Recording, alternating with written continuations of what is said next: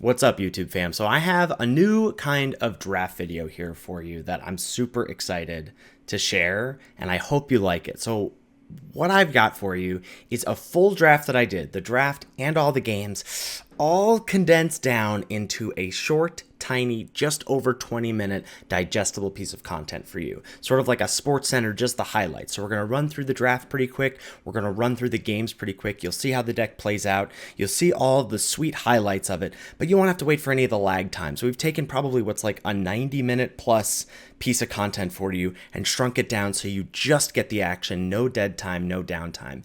If you like this piece of content, it does take a bit of work, please let me know. Probably won't be doing these like early in a format where we really want to dig into the decisions of the cards that we're drafting, the gameplay, the cards we're playing around, but as a format matures and people get more comfortable with it, I think these kinds of videos could be really, really fun to make and for you to view. So if you like them, let me know in the comments below. Cheers.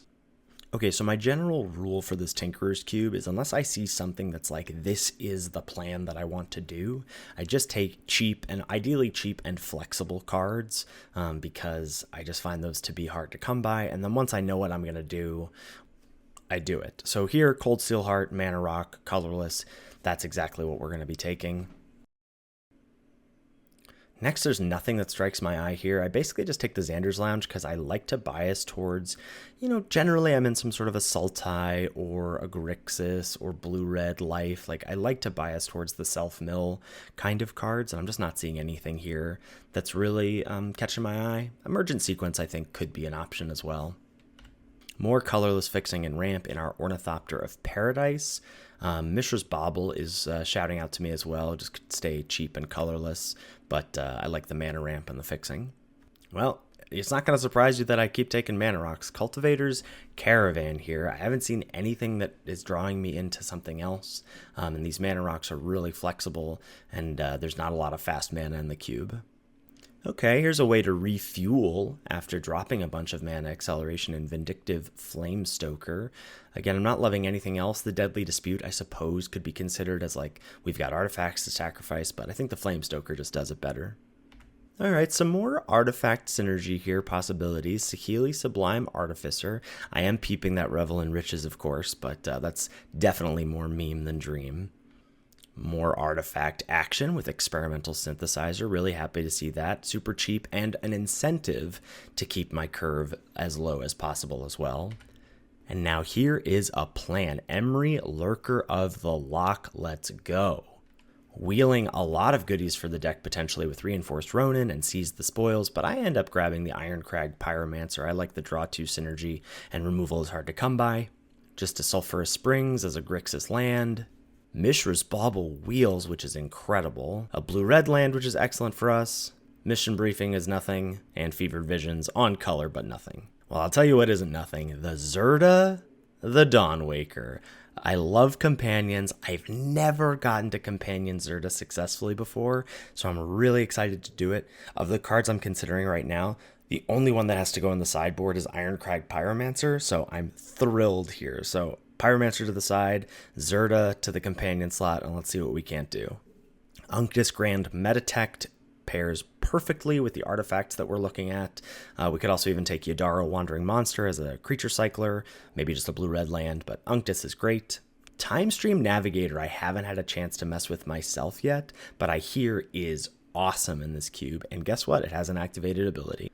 Some decent options here with it. Consider as a cheap cantrip. The Celestis is another 3-mana artifact. And Commence the Endgame as a really strong top end. Zirda doesn't care about your non-permanent cards having activated abilities, so we can take Commence and put it in the deck. I've been blown out by this card and impressed by it, so we take a bit of card advantage here with this 6-mana spell. Ketria Triome gives us a blue-red land. Unfortunately, I can't put Egar, Joyra, or Containment Construct in the deck with Zirda. Miria, Scholar of Antiquity is a card that I've had some fun with in this cube so far, and I'm looking forward to having some fun with it in this deck as well. I think you could definitely take Escape to the Wilds, Simian Simulacrum, or Rabbit Battery out of this pack. Chatterfang Squirrel General, if we're splashing green, I think could make the deck. It has an activated ability. We're making tokens. Blade of Shared Souls is awesome, and at the time I didn't quite realize, but we will see that this pairs beautifully with Timestream Navigator. On the wheel, we luckily get a Whirler Rogue, which is awesome, makes artifacts, and has an activated ability, Chef's Kiss.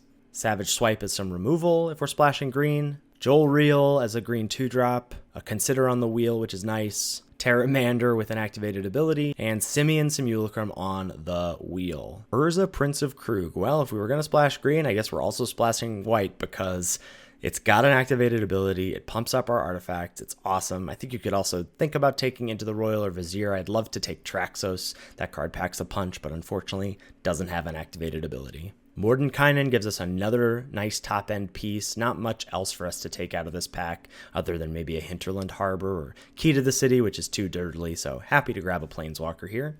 Jace, Wielder of Mysteries. Let's go. Alternate win condition. A great little 4-drop to ramp into. I'm really happy to see another Planeswalker here.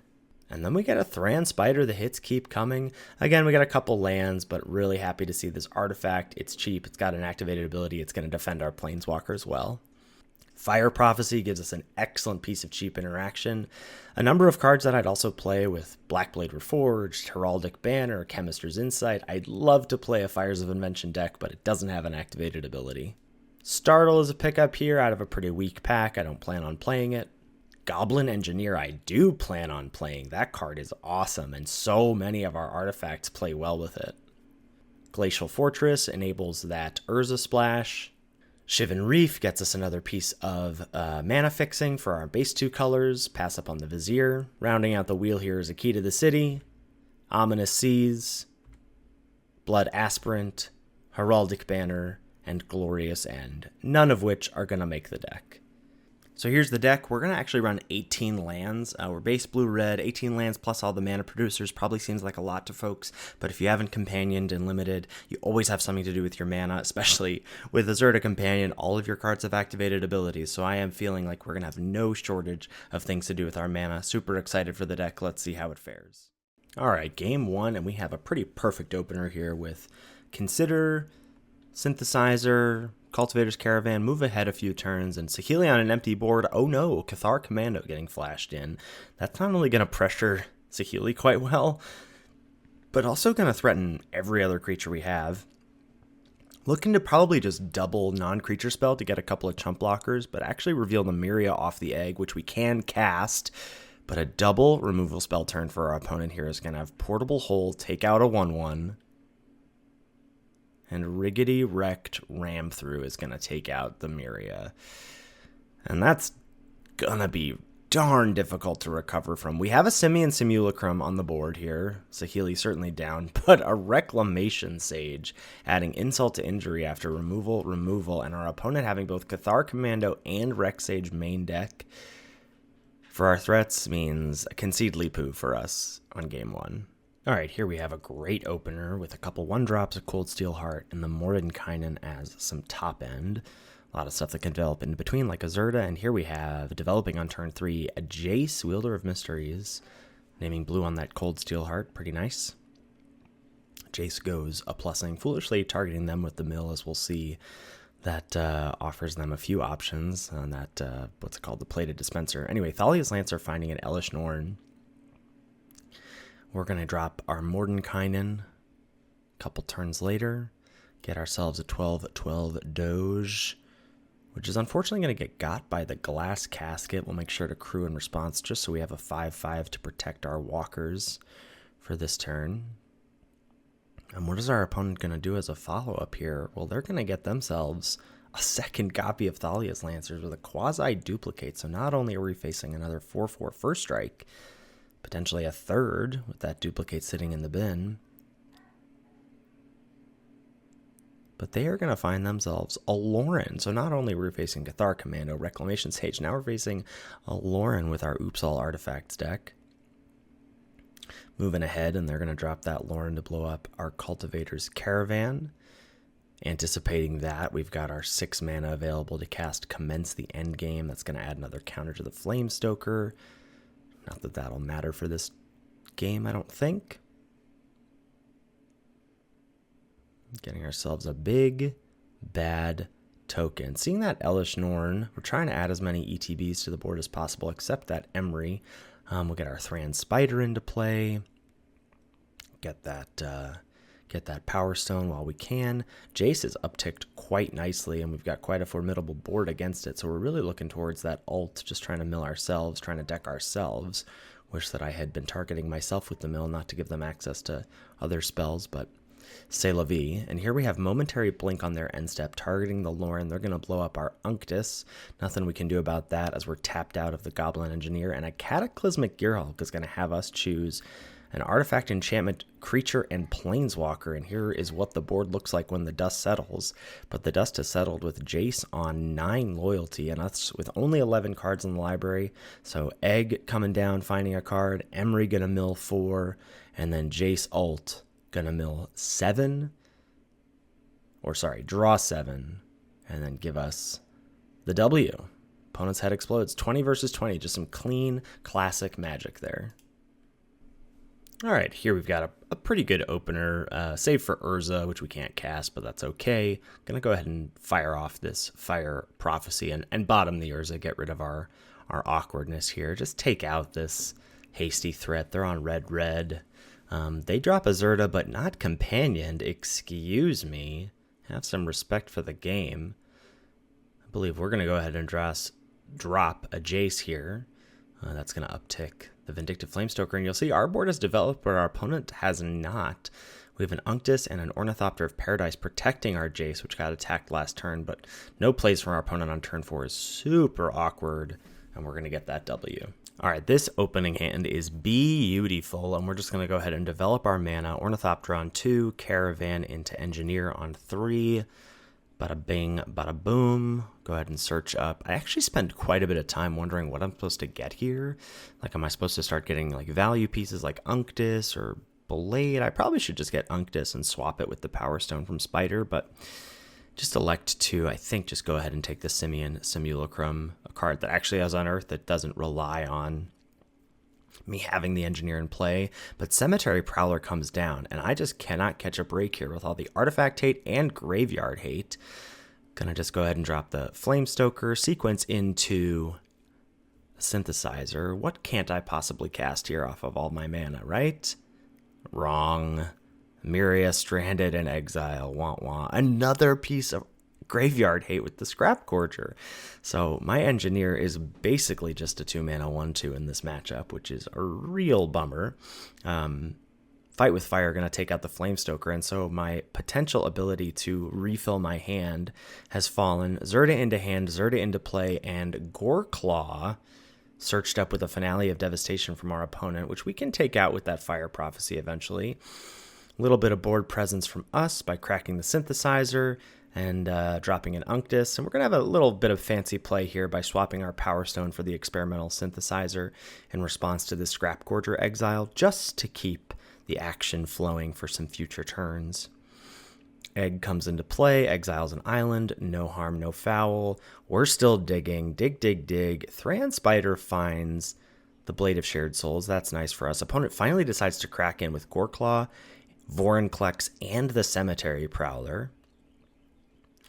Luckily, we've been sitting on this Fire Prophecy. I wasn't expecting them to attack, otherwise I would have wanted to fire this off pre-combat. Don't be fooled by that tapped 4/4 land. That's just from an emergent sequence that they played. So we pitch the land, find another land, kill the Goreclaw, double block the Cemetery Prowler here. No harm to us other than the 7 coming at us from Vorinclex, but that only puts us to 11. Moving on to this turn, our opponent has a Ghalta. A 12/12 Shatterpaws here. Very unclear if I have anything in my deck to answer this. I'm going to have to find a way to combo out against this opponent in a hurry. Speaking of combo, they finally activate their Fauna Shaman for the first time in the game and go and find... oh boy, a big old 6/6 Defiler of Vigor with Trample. But we have the Womboist combo ourselves now with Timestream Navigator plus the Blade of Shared Souls to give us infinite turns. Luckily, we don't need infinite turns because Jace is going to win us the game in quick fashion. Emery going to mill our final 3 cards in the library, and then a Jace plus uptick is going to get us the W. Never let our opponent untap from casting that Defiler of Vigor. Never let them swing in with the Ghalta. Feels good. All right, cheeky little opener here with a Consider on turn 1. No artifacts to make Emry cheaper just yet, but that's all going to change here as we draw into a Flamestoker. Go ahead and decide to drop the Synthesizer. At the very least, it'll make our Emry cheaper. Luckily, we get to draw land as well, so oops, all value there. Opponent playing the Key, and then, okay, they're going to touch the Spirit Realm on our Emry. That's just fine by me. We get to drop a Whirl-a-Rogue, and as you can see, I'm considering, okay, we draw a Glacial Fortress here. We can just drop the Urza, pump up our Thopters. Looking over at our opponent with 5 cards in hand and 4 lands, and while I'm thinking about what to attack with and into what and what could I be playing around, we get the victory. Easy peasy. All right, game 6, and we got a pretty good opener here. Cold Steelheart on 2 and Jace on 3. Jace comes down, do end up taking it up as our opponent's mounted a bit of an offense with the Combat Courier and the Thopter mechanic. But going up to 5 loyalty should be able to fend it off. We get a bit of a defense here with our Flamestoker and our Thran Spider, but that gets into the Roiled for no kicker value, and we're forced to let the Jace fall here, as if we block the Thopter mechanic, they can always crack the Courier to draw their second card for turn, pump it to a 3-2, so really don't want to lose my Flamestoker as well. Jace has done its job, gained us some life. More forces here as we see a huge board. We're going to go ahead and take an extra turn here. Our opponent has their Sarah Paragon, got back a Combat Courier. But we've got quite the turn coming up here where we're going to go ahead and drop Mordenkainen. Check out this sequencing. Drop a Mordenkainen. Then go ahead and crack the Flamestoker. Got the 3 oil counter, so it's only going to cost 4. Ordering here, really important. 3 lands and the Blade off the top, not great, but great to get those out of the way. Gonna go ahead and minus, and there's our 8/8 token. And wouldn't you know it, our opponent has an Urza's Silex. So the last turn was all about not committing to the board. They're gonna go ahead and crack this. Make a slight mistake here and not floating the extra mana. Forgot that I only get to keep the 6 lands. Not a huge deal, as my only plan for the turn is to cast Commence the Endgame. That's gonna happen on their end step. Here's a 7/7. Here's a little bit of cleanup that we're going to be playing. So we get to commit to the board once again. Whirl-a-Rogue going to get dropped down. We're going to play the Simulacrum as well. Dump the counters on the 7/7. Let's go. You're at 24. You don't get to chump block even. Here's 9 points of damage coming right at you. We're going to get this game done in a hurry. No way do you have another way to deal with all of our creatures. There's the hand. Realm Cloak Giant going to clean things up here. All right, couple turns later, let's pick up the pieces once again. We got a Fire Prophecy taking out the Baron. That Baron bounced our Zerda the turn previously, so that's why that's got the old peeper on it.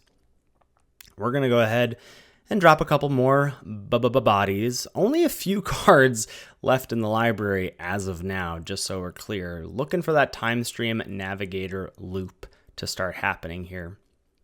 So what else are we going to drop for the turn? Looks like we've got a Zerda and a Blade to get onto the battlefield. And we do just that. And here we go. End of their next turn, they play the Djinn of Wishes. We're going to go ahead and get that Thran Spider back. Nice combo here with the Engineer as it creates 2 artifact pieces for the Engineer to keep swapping. There she is. Time Stream Navigator. Let's go. Who wants to take some turns? I do. So Navigator's going to come into play. Engineer's going to bring back Blade of Shared Souls, and away we go. How about another turn? You know what? I will take a turn. We'll start chipping away. Zerda's going to make that Djinn not be able to block. Put that Blade somewhere else. How about another turn?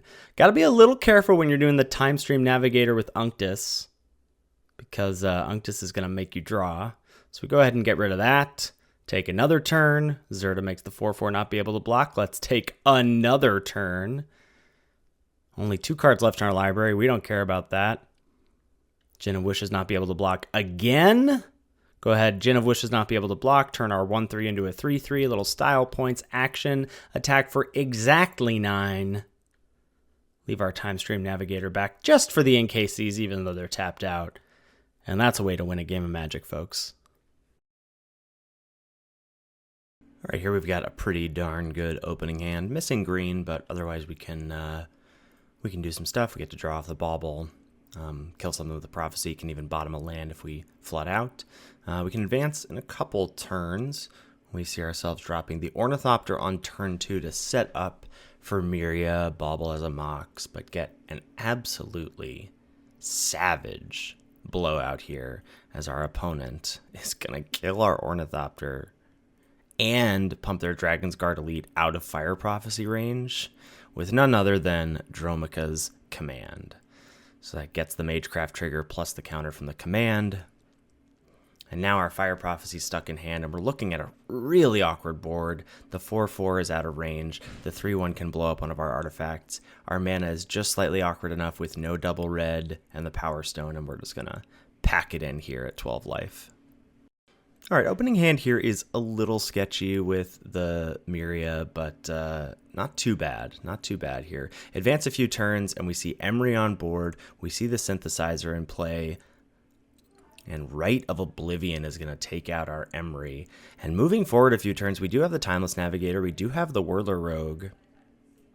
But their Thopter Foundry plus that Crown has really presented a huge stream of value for them and awkward for us to trade off, or do we want to do, whatever. So we're digging, we're working. We've got Zirda in play. Crack the Synthesizer.